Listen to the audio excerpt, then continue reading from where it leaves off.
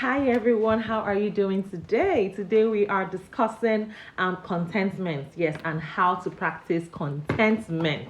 Now, what is contentment? Now, contentment is the knowledge that things are okay exactly as they are right now. And this is highly valued by many cultures. Thank you so much for joining us today. Like I said, let me read myself. I just defined what contentment is. I said contentment is the knowledge that things are okay exactly as they are right now. And this is highly valued by so many cultures. Yeah, and now don't get me wrong. I'm not saying that you should be content and not want more. Now, you can be content and still want to self-improve. Yes, you can be content and still want to improve on what you have and all of that. There's no incompatibility between the two. So before I proceed, I'd like to introduce myself. My name is Miriam. I am a wife, a mom, a student, and entrepreneur, and of course a fashion designer and a YouTuber. I started this Wednesday Give Back series as a token of my appreciation. Thank you so much for joining, Vanessa. Thank you, Miss Amaka. Thank you, Owo Yemi. Thank you, Silly Fool. Dirty Diana. Thank you so much, Jesse. Thank you for joining us today. So today we're discussing how to practice contentment. Yes. So I started this Give Back series as a token of my own appreciation to all of my subscribers on YouTube. Now I'm fully monetized and I'm helping people start their channel and get monetized as well in 6 months or less. So let's just go straight to the point. So contentment is more about acceptance and accepting your situation the way they come, knowing fully well that things are going to change, for the better. But, when you start to compare your life with other people, when you start to look at other people, you start wanting what other people have.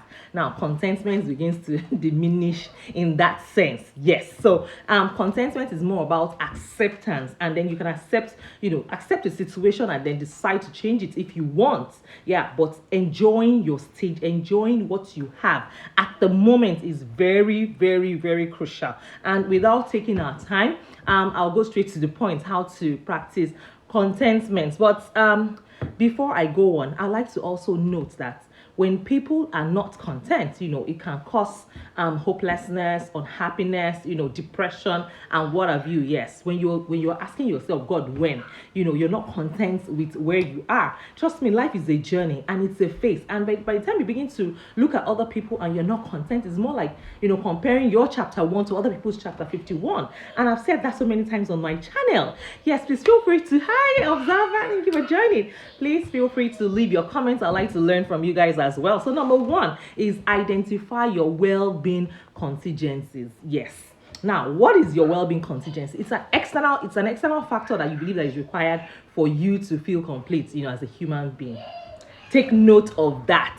Yes, some common well-being contingencies are, when I have X amount of money in my bank account, I will be happy, or when I achieve X, at work, these targets at work, then I'll be happy. Or when I get this validation, I'll be satisfied. Or when I purchase this thing, then I'll be happy. Take note of all of those contingencies. Or when I go on this, when I'm X years old, yes, then I'll be, I'll finally begin to enjoy life, So, or when my kids achieve X, I'll know that I'm a successful parent. It's okay to actually have our goals. But by the time we begin to tie our happiness on these things, on these immaterial things or material things or however it is, sorry, I'm not wearing my glasses in case I'm squinting a bit, so it becomes a problem. Yes. So today we're dissecting how to practice contentment at every single time T.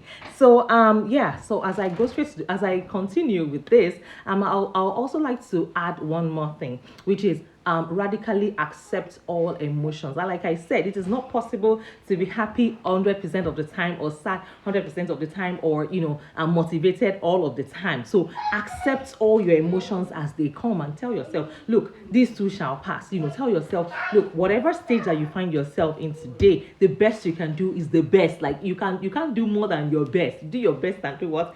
And leave the rest. Yes. So that exactly is what I'm talking about. So when it comes to radically accepting your emotions, I know it's a very tough thing to practice. It's a very tough practice, but trust me, everything is going to be all right. And the moment you stop dwelling on your problems, honestly, your breakthrough is right at the corner. So stop looking at that person that has X, or somebody that drives a Lamborghini, or you drive a Toyota at the moment.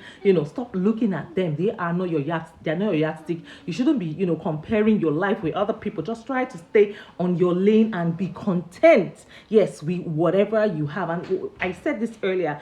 When you compare your life with other people, it is actually very unfair, because it's like comparing people that have spent sleepless nights, toiling and working very hard before they got to where they are. And by the time you begin to compare your life to them, and you haven't even done a quarter of what they have done, yes, to get to where they are, then it's unfair, really. Because think about it. Imagine you started your journey. Let's say, for instance, I am a YouTuber. I started my journey last year during the pandemic, and maybe in 10 years time, 10 years down the line, I have millions of subscribers. And then you have someone that just started a channel in 10 years time, trying to compare themselves, like, who is she? How did she get here? Why should she have this? I should have the number of subscribers that she has. But they haven't put in the work. Remember, they haven't put in the work that I put in it myself, that I put in my channel to get to where I am. You know what I mean? So it is not fair to compare your life with other people, because it's like comparing your own chapter 1 with other people's chapter 51. And let us be aware, let us beware of such errors, those mistakes. It is highly, highly unfair. And guess what? The moment that you begin to embrace your life, yes, as it is, and your circumstances, and then you learn to focus on focus on how to find a solution to whatever problem or issues that you are, experiencing, then you begin to see that things will start to work for you. Trust me. You realize that those things that you used to pray for in those days, you now have them. That's when you know that, okay, just be on your lane, direct your own course, go through your own path, and everything is going to be all right. I can promise you that. Yes, it might not look perfect today. In fact, nobody's life is perfect, but it might not look like where you want to be today. But trust me, with time, you will definitely get there. Yeah, by the time you begin to you focus on your own progress, focus on your own life. When you focus on your own life, you find out that those breakthroughs will come. Yes, and then you find out that those things that you have prayed for would actually begin to come to pass. Yes. And my next point is, leave room for no regrets. Don't start drilling. Don't start saying, oh, I regret. I wish I did this. I wish I did. Why not move on from there? Yes. Practice contentment by, accepting whatever situation, your realities. Accept your own realities, as they come, and then move on from there. Yes. What can you do about the situation? It's better than regretting. Oh, I wish I did this. I wish I did this better. Let me share an experience with you guys. Last Sunday, I made a terrible blunder. And what happened? I was actually working on my school project, and then my son came and stripped the charger away from my laptop. Unknowing to me, I kept on working, and at the end of the day, I lost all my work. I kid you not. Over 13 hours of work that I've put in, and I did everything I could to recover it. Like, I tried to recover the documents, but I just couldn't. And guess what I did? I found myself regretting, oh, I wish I put that thing. And then instantly I woke myself up.